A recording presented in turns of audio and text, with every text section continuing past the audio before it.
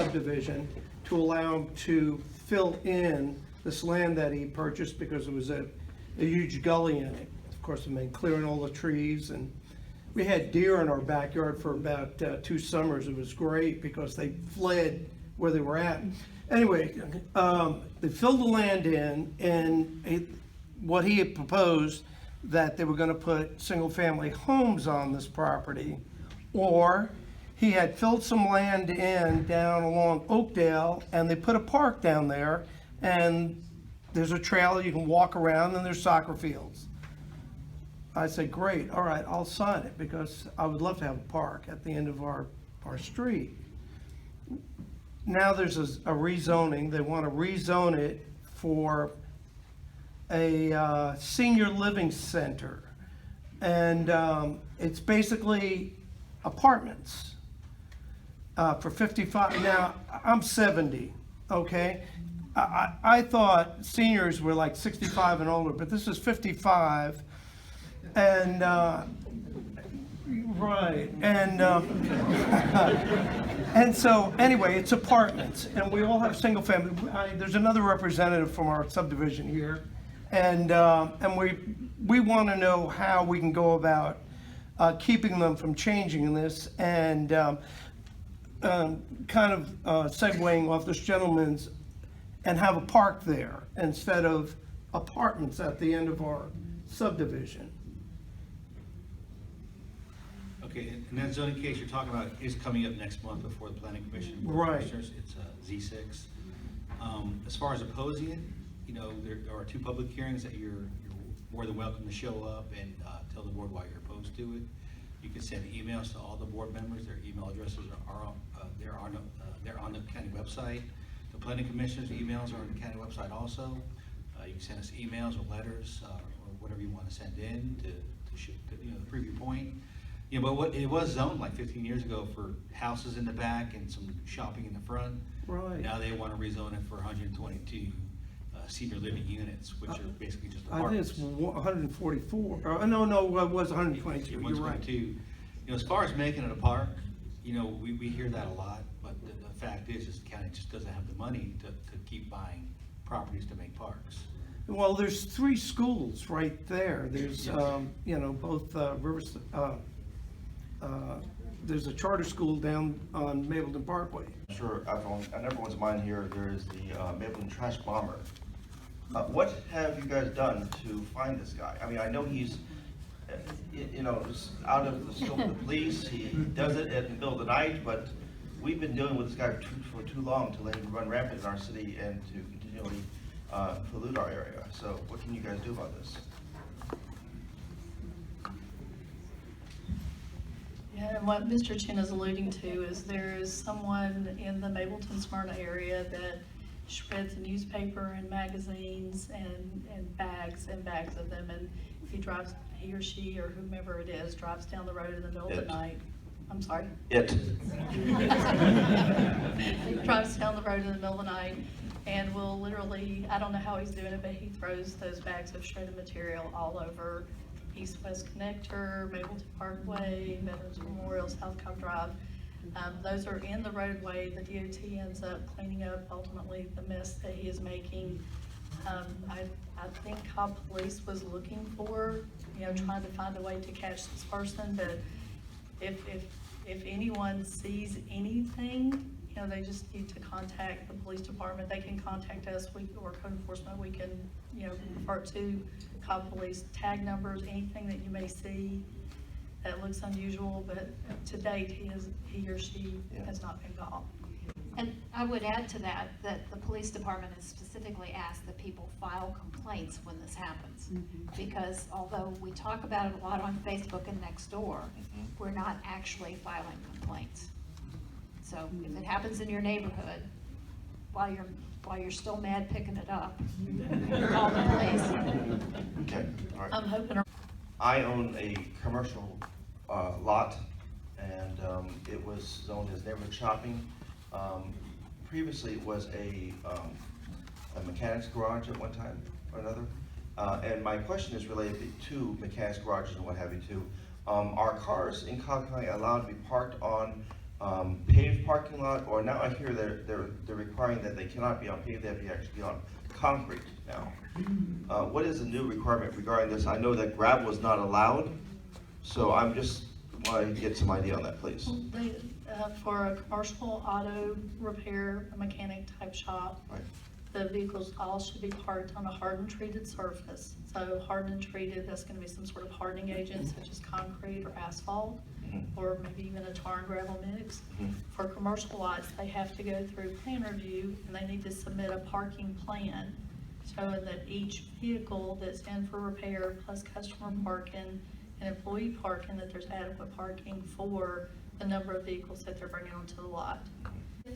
You or the group came into court and let the judge know the impact this is having on your quality of life and what's happening in your neighborhood, it's something that the court can take into consideration. I think Judge Murphy said that a little while ago. And my judge hat off for a second and just speak as a community member.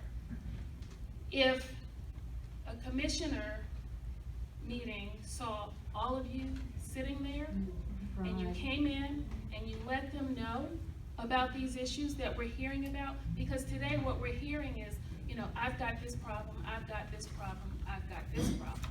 But as you all sit here today, what I see is a community.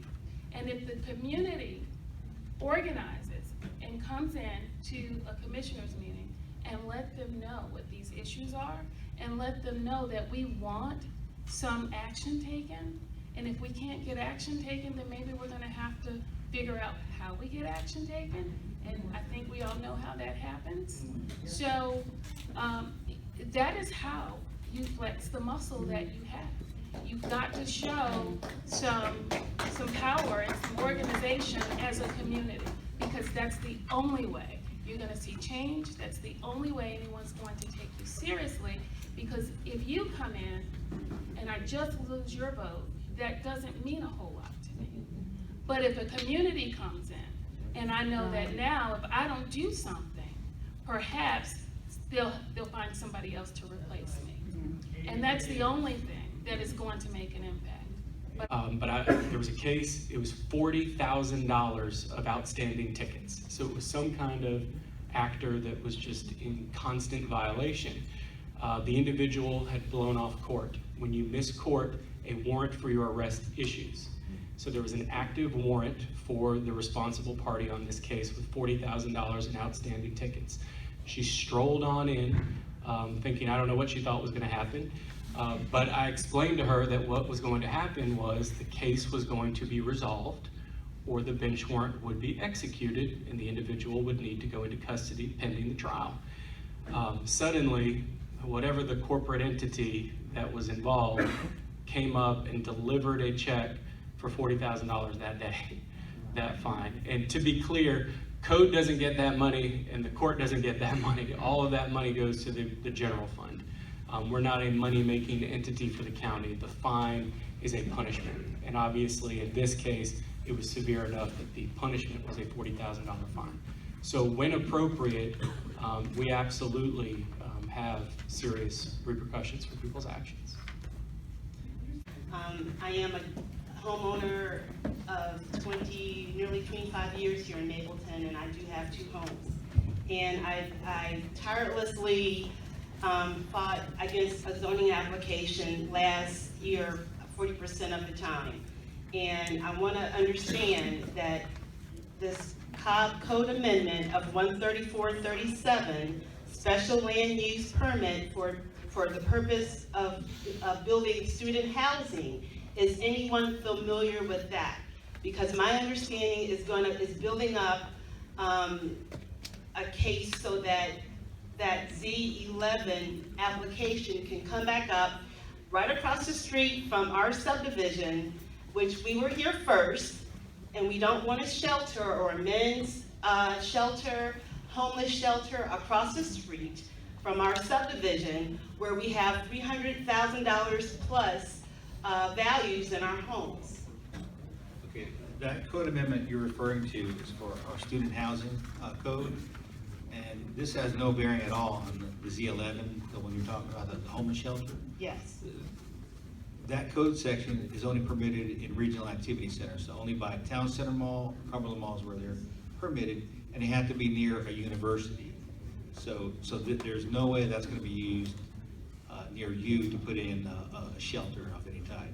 A little bit late, so excuse me if you've already covered this. The question is, how many code enforcement officers do you have countywide?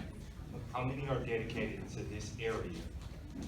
And this is going to touch, but just in your professional opinion, do you have the resources that you need from a code enforcement standpoint to meet the demand that you have in calls that are coming as we continue to grow and develop? Well, I appreciate your comments, and for the first part of your comments, we actually have 14 officers. 12 of those officers are dedicated to the road. There's approximately 559,000 citizens in unincorporated Cobb County, so 12 officers divided by 559,000 is, you know, I don't think there would ever be enough. We do have 5 of those officers dedicated to work the South Cobb area, Mableton and Austell. So 5 of those officers are constantly down in the area working. We respond to, you know, primarily to citizen complaints. From about March until mid-October, it's not uncommon for each of those officers to have 300 to 400 inspections pending. There's so many things I could say, talk about in the next hour and a half, but I won't. So when you hear negative comments, please correct them. This is a great place to live. This is an emerging place. Just look around the room, you know, how diversified we are. And thank you all, judges, and John, Kathy, and Robin, for a tremendous job tonight. Thank you all for coming. We certainly appreciate it. We want you to come back. This is going to be an exciting year. We got candidates forums that are coming up. I call them the debate. Okay, so we look forward to that.